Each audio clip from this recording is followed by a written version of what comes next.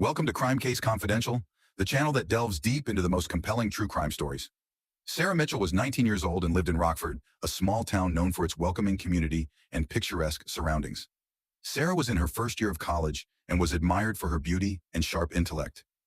She dreamed of moving to a big city and starting a new life, far from the challenges she faced at home. Sara's life had been difficult. Her mother passed away from a heart condition when she was only 15, leaving a huge void in her life. Her father, Rick Mitchell, was a firefighter who worked long and unpredictable hours. Sara often felt isolated and began seeking the company of older men who could provide the stability and comfort she missed. Some people in Rockford thought Sara was manipulative, using her looks and charm to her advantage, while others believed she was simply trying to survive in a world that had been unkind to her. Despite her struggles, Sara excelled academically. Her friends described her as ambitious and determined, always talking about her plans for the future. She aspired to study psychology and one day become a therapist. Sara's professors recognized her potential and often praised her dedication and work ethic. In the days leading up to her tragic death, Sara was focused on her college studies and part-time job at a local cafe, where she saved money for her future. She was well liked by her colleagues and customers, known for her cheerful and outgoing nature.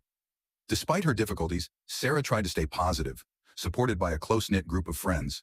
They often hung out at local spots like the Rockford Park and the community swimming pool. Sara's life was filled with dreams, but those dreams were cut short. On the morning of June 15, 2019, Rick Mitchell returned home after a long night shift, expecting to find his daughter still asleep. Instead, he was confronted with a horrifying scene. Sara's lifeless body was on the floor of her bedroom, the room in complete disarray.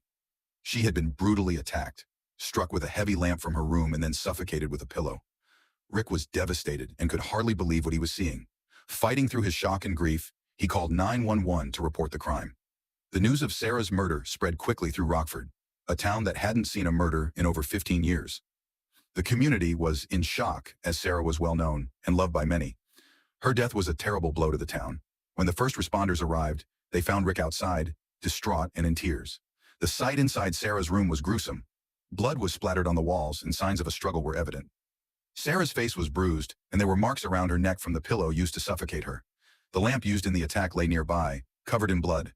The paramedics pronounced Sara dead at the scene, and Rick could only watch in despair as they did their job. Neighbors began to gather outside the Mitchell home, drawn by the flashing lights of police cars and ambulances. They whispered among themselves, trying to understand what had happened. Reporters from local news outlets soon arrived, their cameras capturing the tragic scene. They interviewed neighbors who spoke of their shock and sadness.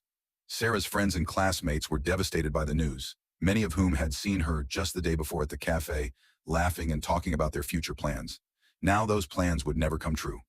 The police arrived quickly at the Mitchell home on the morning of June 15, 2019, with Detective Hannah Connors leading the investigation. Detective Connors was a seasoned investigator, known for her thoroughness and dedication. She had solved many tough cases in her career and was determined to find justice for Sara. The crime scene was chaotic. Sara's bedroom was in disarray, with items strewn everywhere. Blood spattered the walls and signs of a violent struggle were clear. Sara's body lay on the floor, her face bruised and marked from the pillow used to suffocate her. The heavy lamp used to bludgeon her lay nearby, covered in blood.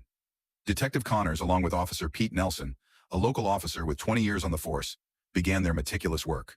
They started by securing the area to prevent contamination of evidence, taking photos of the entire scene, and capturing every detail. They used luminol to detect any hidden bloodstains and collected fingerprints from various surfaces. The investigators also bagged the lamp and pillow as key pieces of evidence. Detective Connors noticed several things right away. The window in Sara's room was slightly open, suggesting someone might have entered or exited through it. There were scratches on the windowsill, possibly from the killer climbing in or out. Outside, footprints in the garden soil indicated someone had recently been there. The team interviewed Rick Mitchell, who was still in shock. He recounted finding Sara and calling 911. His grief was palpable, and Detective Connors felt his pain as a father.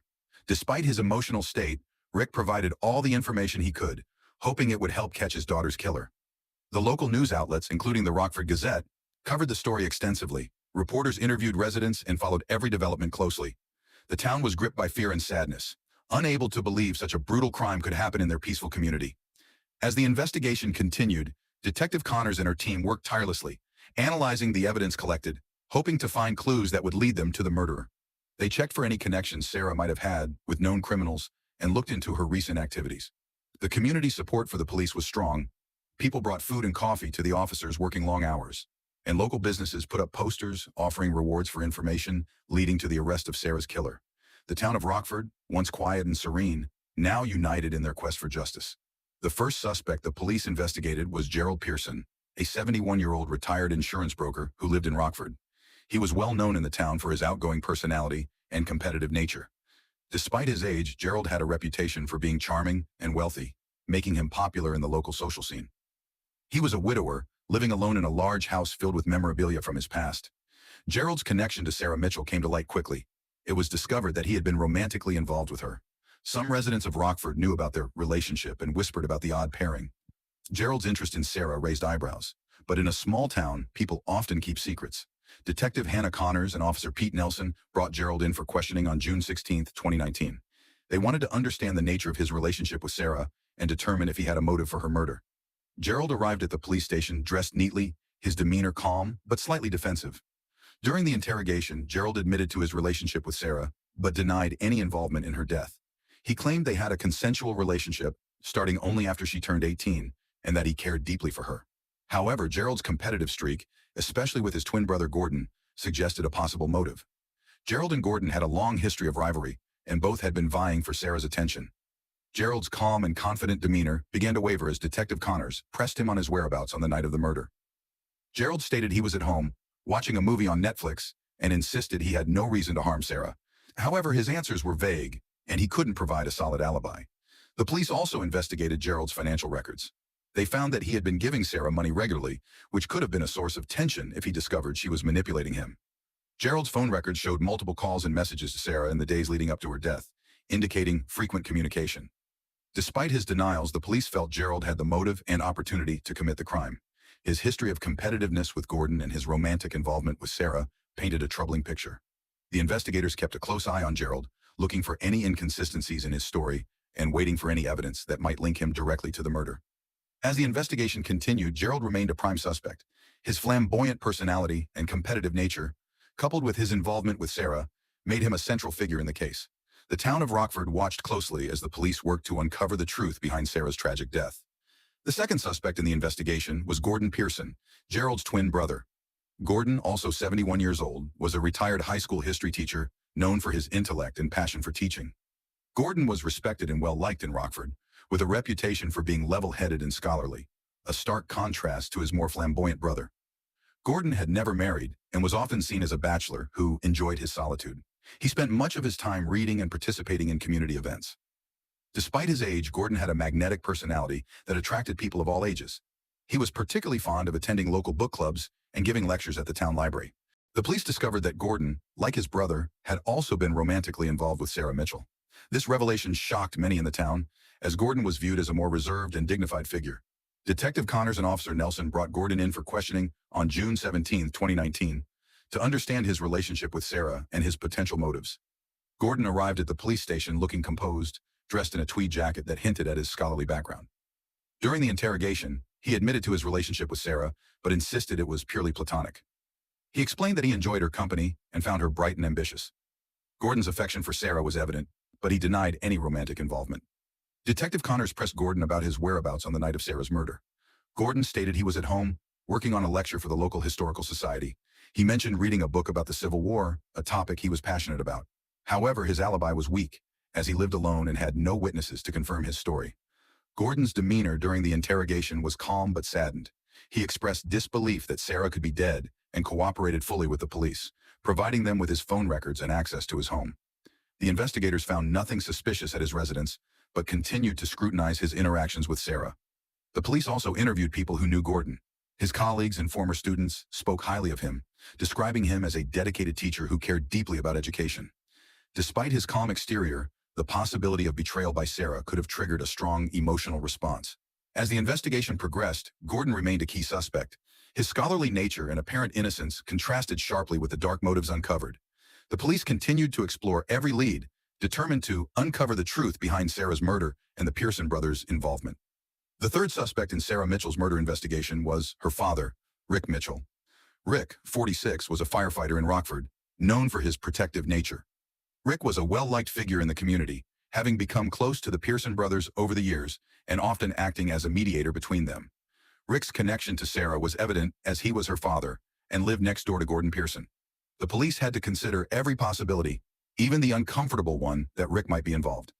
Detective Connors and Officer Nelson decided to question Rick on June 18, 2019. Rick was still reeling from the shock of finding his daughter's body when he arrived at the police station.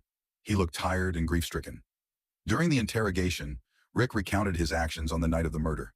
He had been working a night shift, which he often did to provide for Sara after the death of her mother. Rick insisted he had no reason to harm his daughter and was devastated by her death. Detective Connors asked Rick about his relationship with the Pearson brothers. Rick admitted he knew about their interest in Sara and had tried to keep the peace between them. He expressed his frustration over their rivalry, which had caused tension in the neighborhood. Despite this, Rick was adamant that he had no involvement in the crime. The police looked into Rick's background and found no history of violence or misconduct. His colleagues at the fire department spoke highly of him, describing him as a dedicated firefighter and loving father. However, the investigators had to consider the possibility that Rick's protective instincts might have driven him to a breaking point. Rick provided his phone records and cooperated fully with the investigation. The records showed he had been on duty at the time of the murder, but the police needed to verify this alibi thoroughly. They checked surveillance footage from the fire station and confirmed Rick's presence there during the critical hours. The police also interviewed neighbors and friends of Rick. Most described him as a caring father who was deeply affected by his wife's death and determined to give Sara a better life. Some, however, mentioned that Rick had become more stressed and irritable in recent months, possibly due to the pressure of raising a teenager alone. Despite Rick's grief and cooperation, the police had to keep all possibilities open. His close proximity to the crime scene and his protective nature were significant factors in the investigation. Detective Connors and her team continued to examine every piece of evidence, knowing that solving the case required looking at every angle, no matter how painful. As the investigation unfolded, Rick remained under scrutiny. The small town of Rockford watched closely, hoping for answers and justice for Sara. The police were determined to find the truth, and Rick's involvement, if any, would be uncovered through their relentless efforts. On June 20, 2019, around 3 p.m., new evidence came to light. The weather was warm and sunny, typical for Rockford in early summer. Detective Connors received a call from a local hiker who had found something unusual near Maple Creek. The hiker had been walking his dog when he noticed a small bag hidden under some rocks. Detective Connors and Officer Nelson rushed to the scene. They found a small black bag containing a blood-stained shirt and a pair of gloves. The items were immediately taken into evidence. Back at the station, the forensic team examined the evidence. The blood on the shirt matched Sara's, a significant breakthrough. The gloves were tested for fingerprints, and the results came back with a match to Gerald Pearson. This finding shifted the focus back to Gerald, who had previously denied being near the crime scene. Detective Connors and her team re-examined Gerald's alibi and discovered inconsistencies in his story. Further analysis of his phone records showed he had been near Sara's house at the time of the murder, contradicting his claim of being at home watching a movie. The new evidence prompted the police to search Gerald's home again. This time, they found a hidden compartment in his garage containing several items that raised suspicion, including a second pair of gloves and a belt similar to the one used to suffocate Sara. These discoveries painted a clearer picture of Gerald's involvement. As the investigation deepened, the police interviewed more witnesses. They found out that Gerald had been seen arguing with Sara the day before her death. A neighbor, Mrs. Collins, reported hearing raised voices and seeing Gerald leave Sara's house looking angry. With the new evidence, Detective Connors felt confident they were closing in on the truth. The police brought Gerald in for another round of questioning. This time, his demeanor was less confident. Confronted with the evidence, Gerald became defensive and struggled to maintain his earlier calmness. The forensic team continued to analyze the evidence, using advanced techniques like DNA testing and fiber analysis to ensure nothing was overlooked. The detailed investigation paid off as more links between Gerald and the crime were uncovered. By the end of the week, the police were confident they had enough evidence to make an arrest. The discovery of the bag near Maple Creek had been the breakthrough they needed. On June 22, 2019, Detective Connors and Officer Nelson went to Gerald's house to arrest him. They arrived at 9 a.m., and Gerald was at home. When they informed him that he was under arrest for Sara's murder, Gerald looked shocked but didn't resist. He was handcuffed and taken to the police station. At the station, Gerald was formally charged with murder. His reaction was one of disbelief and anger. He insisted he was innocent, claiming the evidence was planted. Despite his protests, the overwhelming evidence convinced the police of his guilt. Sara's father, Rick Mitchell, was informed about the arrest. He was devastated but relieved that the police had found the person responsible for his daughter's death. The town of Rockford, which had been closely following the investigation, felt a mix of shock and relief. They couldn't believe someone they knew so well could commit such a heinous crime. As Gerald was taken into custody, the town hoped for justice for Sara. Her friends and family gathered to support one another, remembering Sara for her beauty, intelligence, and dreams of a better future. The arrest brought some closure, but the pain of losing Sara would remain with them forever. The evidence against Gerald was strong, and the police were confident they had the right person. The case now moved to the courts, where Gerald would face trial for his actions. Hey, crime case solvers! Interested in more real-life murder mysteries? Be sure to like and subscribe to our channel, and if you have any thoughts about this case or have a case of your own you'd like us to investigate, leave us a comment. Stay safe, crime case solvers. The community waited anxiously for the trial, hoping for a verdict that would bring justice for Sara. Gerald Pearson's trial began on July 25, 2019, in Rockford County Court. The courtroom was filled with Sara Mitchell's family and local residents, eager to see justice served. The case received extensive coverage from local news outlets, including the Rockford Gazette and Channel 8 News. Prosecutor Angela Weston was known for her strong courtroom presence and dedication to seeking justice. She argued that Gerald Pearson was guilty of brutally murdering Sara Mitchell. She presented a clear case showing evidence such as the blood-stained shirt and gloves found near Maple Creek, Gerald's fingerprints on the murder weapon, and surveillance footage placing him at Sara's house on the night of the crime. Prosecutor Weston described the crime as an act of rage and betrayal, emphasizing how Gerald's rivalry with his twin brother and his manipulative behavior toward Sara led to her tragic death. The defense attorney, Michael Drake, a respected lawyer with a reputation for defending high-profile cases, argued that the evidence against Gerald was circumstantial and that his client was being falsely accused. He suggested that Gerald's emotional state and previous arguments with Sara did not prove guilt. Drake attempted to cast doubt on the prosecution's evidence, arguing that it was possible someone else could have committed the murder. Sara's family attended the trial every day. Her father, Rick Mitchell, appeared exhausted but resolute. He was seen comforting Sara's friends and family, who were deeply affected by the trial. The emotional weight of the case was evident, as testimonies about Sara's life and dreams were presented in court. After several weeks of testimony and evidence, the jury deliberated and reached a verdict on August 10, 2019. Gerald Pearson was found guilty of first-degree murder. The verdict was met with a mixture of relief and sorrow in the courtroom. Sara's family, while devastated by her loss, felt a sense of justice had been achieved. Sentencing took place on August 17, 2019. Gerald was sentenced to life in prison without the possibility of parole. The judge, Honorable David Mills, stated that the crime was particularly heinous due to its brutality and the betrayal involved. The sentence was seen by many as a fitting punishment for the crime. The trial's conclusion had a profound impact on the community. Rockford, a town that had not seen such a violent crime in years, was left to heal. Sara's friends and family continued to honor her memory, focusing on her dreams and aspirations rather than the tragic end of her life.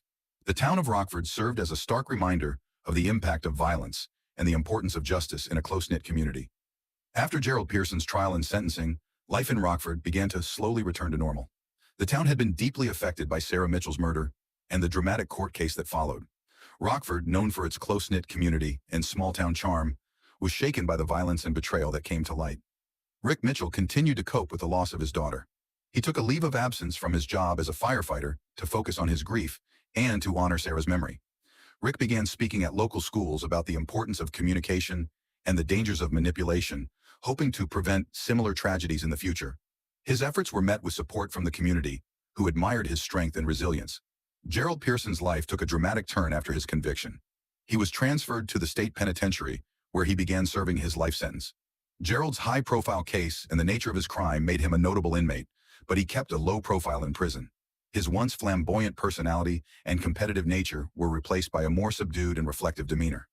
The prison system provided Gerald with counseling, but it did little to ease the weight of his actions. Gordon Pearson, Gerald's twin brother, also had to deal with the aftermath. Though he was cleared of any involvement in Sara's murder, the ordeal had taken an emotional toll on him. Gordon withdrew from the social scene and focused on personal reflection. He continued to live in Rockford, where he was known for his quiet and reserved nature. The community remained supportive of Gordon, understanding that he had been a victim of his brother's actions as much as Sara's family had been. As time passed, Rockford slowly moved forward. The town's recovery was marked by a sense of healing and unity, with residents coming together to support one another. The memory of Sara Mitchell lived on through a scholarship and charity event, reminding everyone of her life and the impact of her tragic death.